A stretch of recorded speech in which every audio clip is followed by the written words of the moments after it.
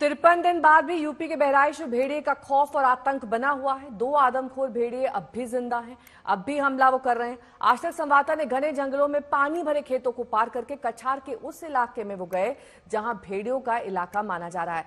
वहां भेड़िए की मांद में पानी घुसा हुआ दिखाई दिया। अब सवाल ये उठ रहा है कि कहीं बाढ़ में भेड़िए के बच्चे तो नहीं डूब गए, कहीं बाढ़ ने भेड़िए को आदमखोर तो नहीं बना दिया, कहीं भेड़िए बदला तो नहीं ले रहे।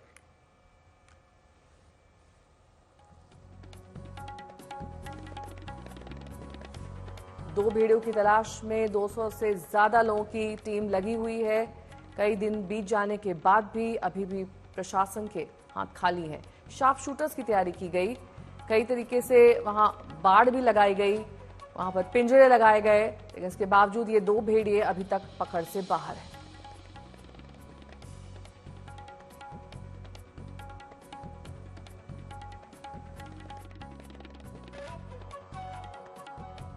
ऐसा भेड़ियों के साथ क्या हुआ कि वो बन गए आदमखोर, इसकी पड़ताल करने अब हम एकदम करीब आ गए हैं उन आदमखोर भेड़ियों के घर के जहां वो भेड़िए रहते थे।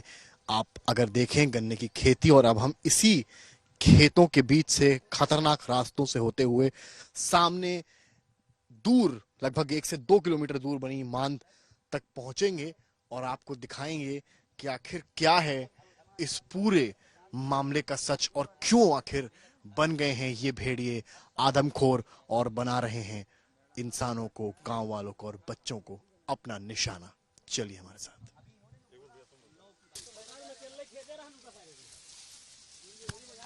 तो इन झाड़ियों से होते हुए, खतरनाक रास्तों से होते हुए हम अब करीब जा रहे हैं भेड़ियों की उस मांद की तरफ जहां निवास स्थान था उन आदमखोर भेड़ियों का। ये उतना खतरनाक इलाका है कि इस इलाके में भेड़िए कहीं भी हो सकते हैं, कहीं से भी निकल सकते हैं और कहीं से भी हमला कर सकते हैं। लेकिन हम आज तक ग्राउंड पर इसलिए है जिससे आपको दिखा सके एक एक तस्वीरें भेड़िए की मांद की तरफ और खुले रहस्य आखिर उन आदमखोर भेड़ियों के आदमखोर होने का। हम आधे रास्ते आ चुके हैं और आधा रास्ता और शेष है। जब हम पहुंचेंगे उस मांद तक, उस जगह तक जहां इन भेड़ियों के साथ कुछ ऐसा हुआ कि ये बन गया आदमखोर, उसका पता लगाएंगे। काफी घना ये पूरा खेत है, आप देखिए रास्ते कितने खतरनाक हैं और हमारे लिए मूव करना यहाँ पर उतना ही मुश्किल है। पानी तक यहाँ देखिए आ चुका है। ये एक तस्वीर कैमरामैन नीरज दिखा रहे हैं कि यहाँ पर पानी आया हुआ है और ये पानी धीरे धीरे आगे चलकर बढ़ता है, लेकिन हम आगे जाएंगे और आपको एक एक तस्वीर यहाँ से दिखाएंगे। चलिए हमारे साथ। तो आज तक संवाददाता समर श्रीवास्तव भेड़िए की मांद तक पहुंचे जो पानी में डूबी दिखाई दी, और उनकी आगे की रिपोर्ट देखिए।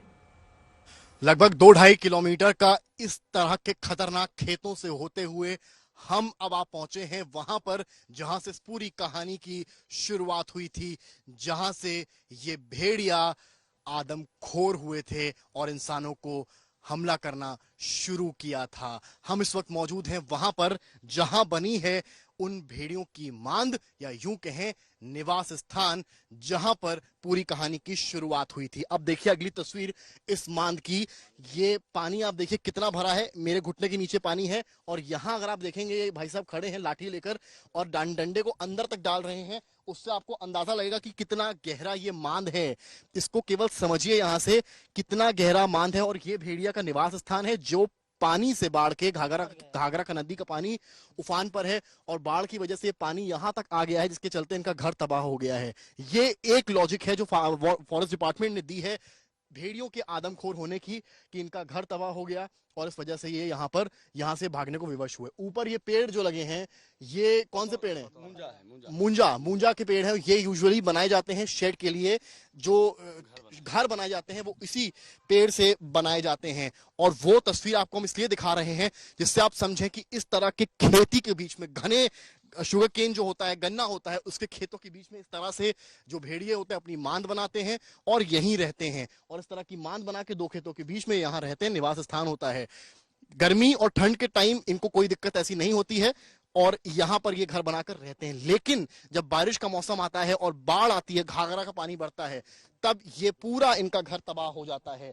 पर ये कहानी इसलिए अधूरी है क्योंकि ये घर तो हर बार तबाह होता है, हर बार बाढ़ आती है, लेकिन ये आदमखोर क्यों हुए, इस कहानी की तफ्तीश करना भी जरूरी है। आप देखिए डंडा कितना अंदर तक जा रहा है, पूरा बाहर निकाल रहे हैं और ये काफी गहरा है, यानी कि पूरा घर इनका तबाह हो गया। और गांव वालों के मुताबिक जो आदमखोर भेड़िए हैं उनके बच्चों को भी यहाँ पर इन गांव वालों ने पैदा होते हुए देखा है, जब छोटे छोटे बच्चे यहाँ पर थे और यहाँ रहते थे, खेलते थे।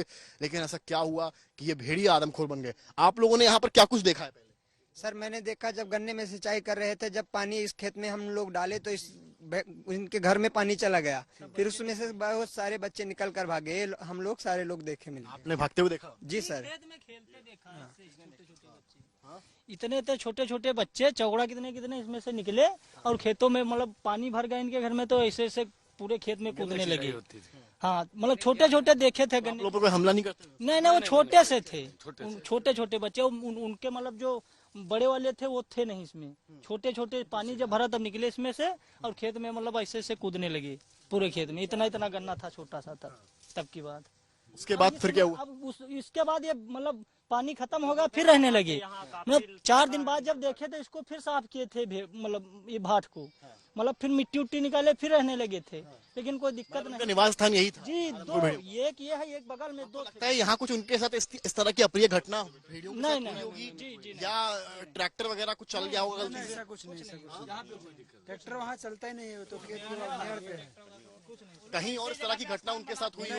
क्योंकि एक लॉजिक जो सामने आ रही है वो ये है कि उनके साथ कुछ ऐसी अप्रिय घटना गलती से हुई जिसकी वजह से वो आदमखोर हो गए। क्योंकि वो ऐसे देखिए पहले भी बाढ़ आती थी, हाँ बराबर आ रहे हैं, पहले भी पानी भरता था। हाँ पानी बराबर। जो पानी भरने की लॉजिक है, तो पहले भी तो वो इंसानों को मार सकते थे। नहीं पहले कोई हमला नहीं था। पहले जब पानी यहाँ भरता था तब इंसानों को नहीं मारा, तो अब क्यों मार रहे हैं? अब ये कोई क्लियर नहीं बता रहे कि क्या दिक्कत। विभाग ने दिए हैं एक पानी भरने का बाढ़ की वजह से, जो हम आपको दिखा रहे हैं, जो हर साल होता है, बता रहे हैं। गाँव में भागते हैं तो गाँव में जब भागते हैं तो खाने को उनको चाहिए। पिछले साल भी तो भागते होंगे। पिछले साल मतलब थोड़ा सिंपल पानी आता था तो इतना आतंक नहीं था जी। पिछले साल जाते थे तो जो चिड़िया कौवा रात रहे उनको मार लेते थे, अब गाँव की तरफ भागते हैं। गांव में तो आपके बछड़े भी बंद हैं, उनको भी मार सकते हैं। हाँ वो भी मार सकते हैं। वो तो रात में इंसानों को टारगेट कर रहे हैं, बड़ी कहानी ये है। अरे सर रात में खेत देखने धान का जब आते हैं तो जो रोड ये बनी जिसपे आप आए हैं, इस पे मतलब दिखते हैं, रोड पे टहलते देखते हैं, रात में दिखते हैं।